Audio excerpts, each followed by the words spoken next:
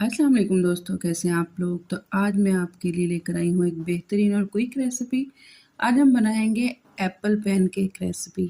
इसे हम एप्पल के स्वीट बाइट्स भी कह सकते हैं।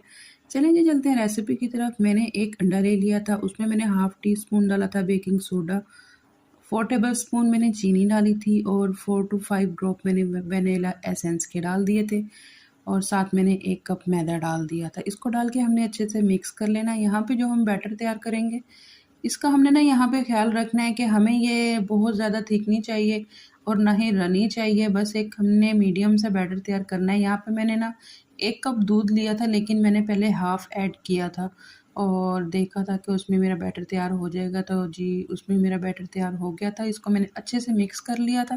अच्छा, यहाँ पे आपने अच्छे से ना इसको मिक्स करना है। मेरा बैटर अच्छे से मिक्स हो गया था। साथ मैंने ये एप्पल काटा, उसके छिलके को मैंने उतार लिया था धो के। और जी, यहाँ पे मैंने ना इसके छोटे-छोटे स्लाइसेस काट लेने हैं। अच्छा, वो मैंने क्यूब में काटूँगी, आप कोई भी शेप देख सकते हैं। मैंने क्यूब्स में काटे थे और इसको मैंने ना इसमें बैटर में ऐड कर लेना है। अच्छा, इसका जो टेस्ट है ना एप्पल का, ये बड़े ही मज़े का आएगा। एक खट्टा-मीठा टेस्ट आएगा इस पैनकेक में और बहुत ही मज़े के बनते हैं। बच्चों को ये बड़े ही पसंद आने वाले हैं। यहाँ पे मैंने हाथ की मदद से पैनकेक बना लिए थे।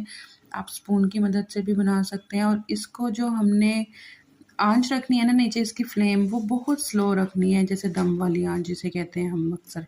बस उसी फ्लेम पे इसको बनाना है ज़रा, इसको तेज़ नहीं करना और जी इसकी साइड चेंज करते रहना है। ये देखें आहिस्ता-आहिस्ता ये मेरे जो है पैनकेक तैयार हो गए थे।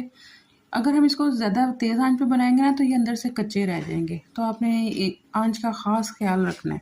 ये देखें ये कितने सॉफ्ट और मज़े के बने हैं और जब मैंने इसकी बाइट ली तो जो एप्पल का खट्टा-मीठा टेस्ट आ रहा था ना, वो बहुत ही मज़ा दे रहा था।